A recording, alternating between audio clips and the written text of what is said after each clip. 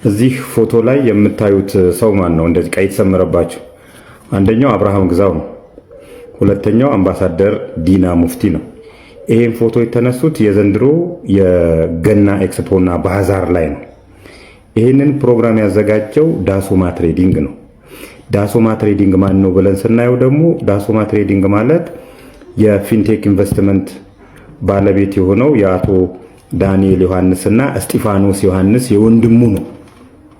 እንግዲህ ይሄን ፕሮግራም የዳንኤል ዮሐንስና እስጢፋኖስ ዮሐንስ የሁለት ወንድማማቾች ንብረት የሆነውን ዳሶማ ባዘጋጀው የገና ኤክስፖ ላይ የተገኙት እነዚህ ሁለት ሰዎች ናቸው። አንድ በሉልኝ።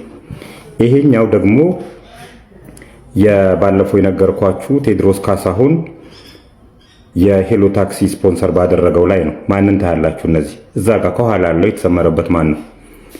አብርሃም ግዛው። ፊንቴክ ላይ እና አብርሃም ግዛውን አሁን የታሰሩ ሰዎችን ኤቭሪዌር ነው የምታገኟቸው።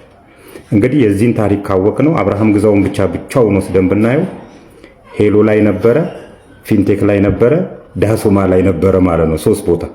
እነዚህ 3 ቦታዎች ላይ እያለ እንግዲህ ይሄ ካምፓኒ በሶስተኛ ዙር ነው የመጣብን ዳሶማ ብሎ ራሱን ማለት ነው። 3 ቦታ ላይ ያለ ፊንቴክ ኢንቨስትመንት እንደዚህ አጭበርባሪ ነበረ ስለመሆኑ አላቅም ሊለን አይችልም። ማስረጃዎቹ እነዚህ ናቸው። በእርግጥ አሁን የቴዎድሮስ ካሳሁን ስካይላይት ሆቴል እንኳን ደህና መጣህ አቀባበል የተደረገለት ቴዎድሮስ ካሳሁን ምንም አያውቅ። እውነት ለመናገር ስለ ፕሮግራሙ ጓደኞቹ ናቸው ያዘጋጁት የተባለው ሌላ ክፋት የለውም። እንኳን ደህና መጣ ነው፣ እንኳን ዶክትሬቱን አገኘህ ነው። ስለዚህ ቴዎድሮስ እዚህ ጋር ምንም የሚያገባው ነገር የለም።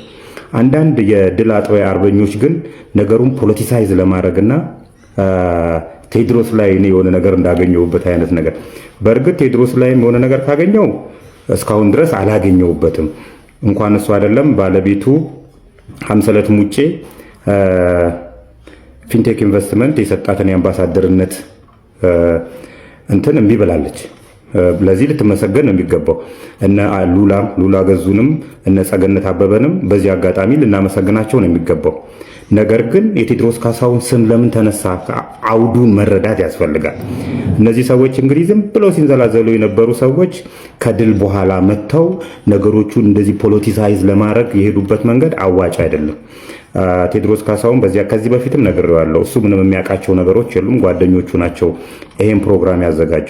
ዋናው ነገር ምንድነው? እሱ እነዚህ አርቲስቶችና ቲክቶከሮች ፊንቴክ ኢንቨስትመንትን አላቀውም ነበር፣ እንደዚህ አይነት ድርጅት መሆኑን አላቀውም ነበር የሚለው ነገር በማስረጃ እንዳረጋገጥላችሁ ከ1 2 3 ጊዜ ያቁታል ለማለት ነው የአውዱ ማጠንጠኛ የሚሆነው።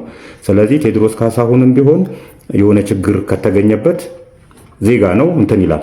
እስካሁን ባለው ነገር ግን ቴዎድሮስ ካሳሁን ምንም የሚያውቀው ነገር የለም። ከስራችኋል፣ ፖለቲሳይዝ ለማድረግ የፈለጋችሁ ሰዎች ልላችሁ ነው።